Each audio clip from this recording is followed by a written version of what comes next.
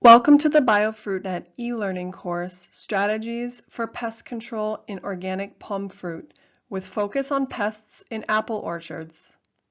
This presentation will give you an overview of common pests in apples across Europe, with a brief description of their life cycles, symptoms and damages caused by the pests, and suggestions for best practices for monitoring and management.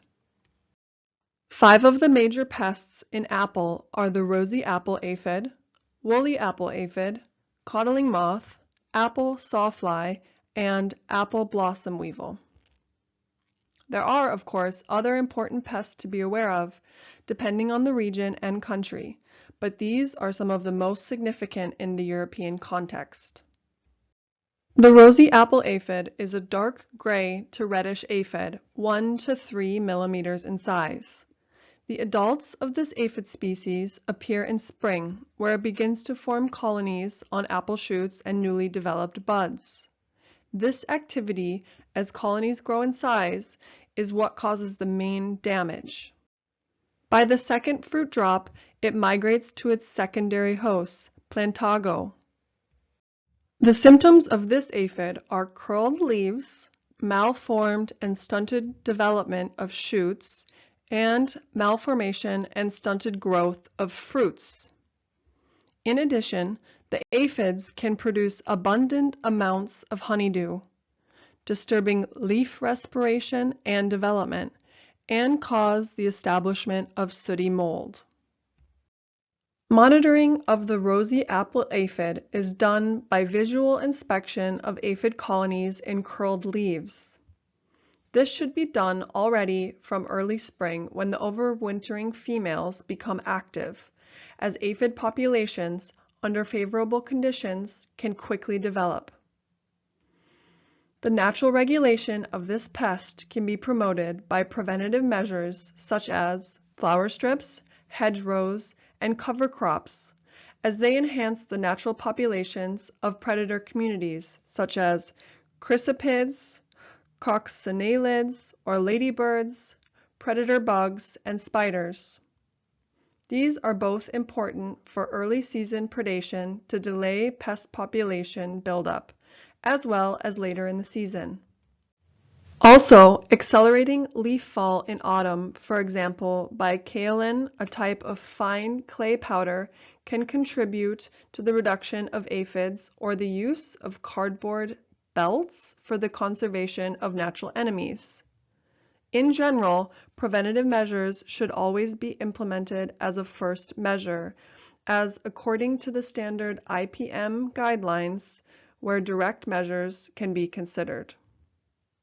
The best practice for direct control against the rosy apple aphid is the application of products such as neem extract when allowed, or oils and soaps.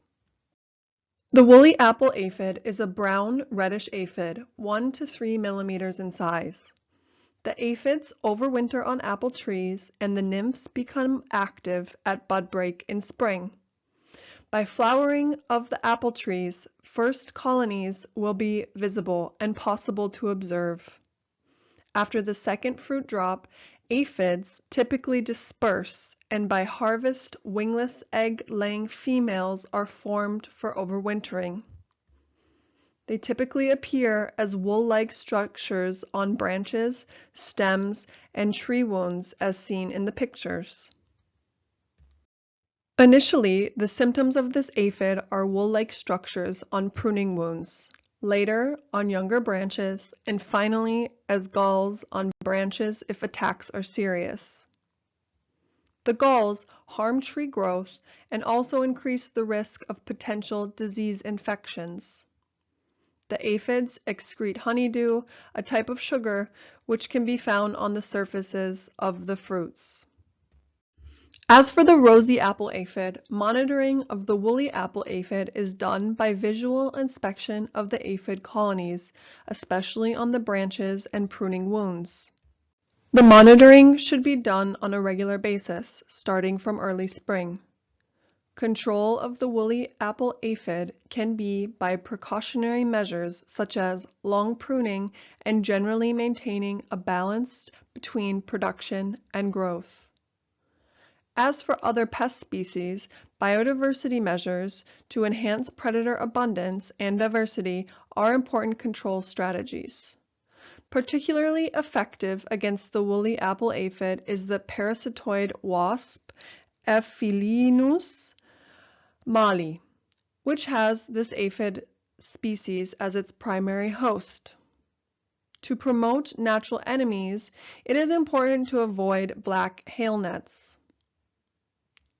Direct measures for pest controls are, for example, the use of oils with sulfur when allowed, kaolin with rock dust, soaps, and insect pathogenic fungi such as Beauveria bassiana. It is important to note, though, that in most cases, direct measures are not considered sufficiently effective against this pest as a standalone method, and should be considered in combination with other measures. The adults of the codling moth have brown wings with a grayish surface and a metallic bronze spot near the tip. After pupation, usually under loose bark or nearby debris, the adult moths emerge and start laying eggs on the surface of leaves or fruits. The newly hatched larvae then burrows into the fruit from where the larvae develops, and fruit damage occurs. Symptoms of the codling moth are holes in young and mature fruits from egg laying. As the larvae, which at maturity can be up to 20 millimeters in length, develops inside the fruit, presence can also be detected by visible frass at the entrance hole.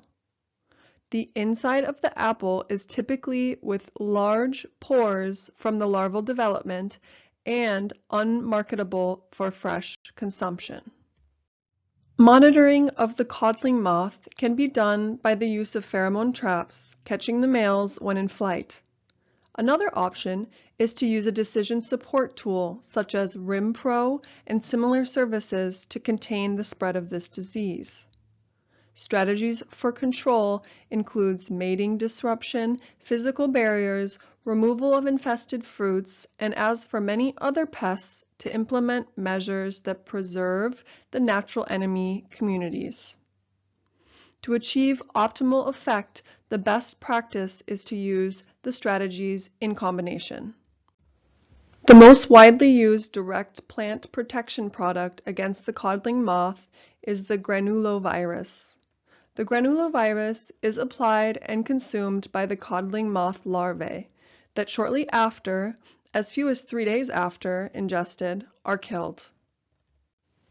Other options for direct control are to release trichogramma, a parasitoid wasp or nematodes applied in the autumn on the tree stem. Finally, spinosad is another option, though side effects on beneficials have been reported. The adult apple sawfly is approximately 6 to 7 millimeters long, has orange-red body and legs, and darker wings. The sawfly overwinters as larvae, emerges as adults in late pink and early bloom, where all the eggs of the adults hatch and the larvae bore into the developing fruit. The fruit damage depends on the larvae instar, where the second instar creates the most severe damage, as it goes to seed chamber of the fruit.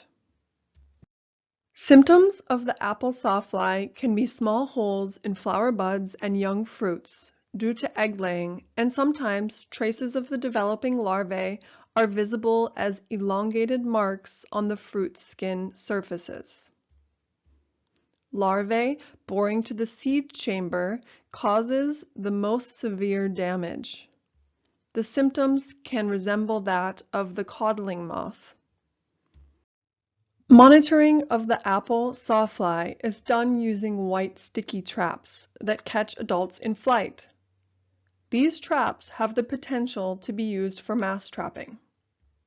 Research with this purpose is ongoing, with promising results from pear orchards. The most widely used plant protection product for control of the apple sawfly is quassia, when allowed. Also, neem-based products and spinosad are used when allowed. However, application of spinosad should be avoided at the end of blossom, as it has been shown to have detrimental effects on bees. The adult of the apple blossom weevil is brown patterned and 3 to 4 millimeters in size. The weevil lays its eggs in spring in the young flower buds, where the larvae develops.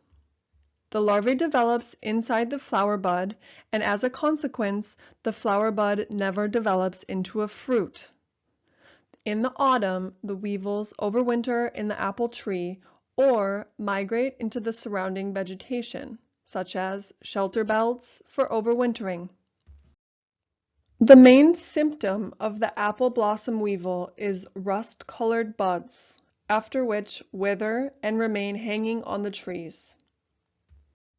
Monitoring of the adult weevils can be done by beating the apple tree branches onto a white surface or tray so that they can be observed. Larvae can be monitored by visual inspection of the flower buds done on a regular basis. Precautionary methods include installing cardboard belts and the destruction of infested buds. Also, creating hiding places for the weevils that are then removed is another method to reduce their abundance. Research in this area is still ongoing. However, in 2022, it was found that 70% of the weevil population could be removed using this method. Direct pest control methods include the use of pyrethrin when allowed in 1 to 2 applications per year. As for several other pest species, best practice of control should be based on a combination of strategies, and preventative measures should always be considered as the first option.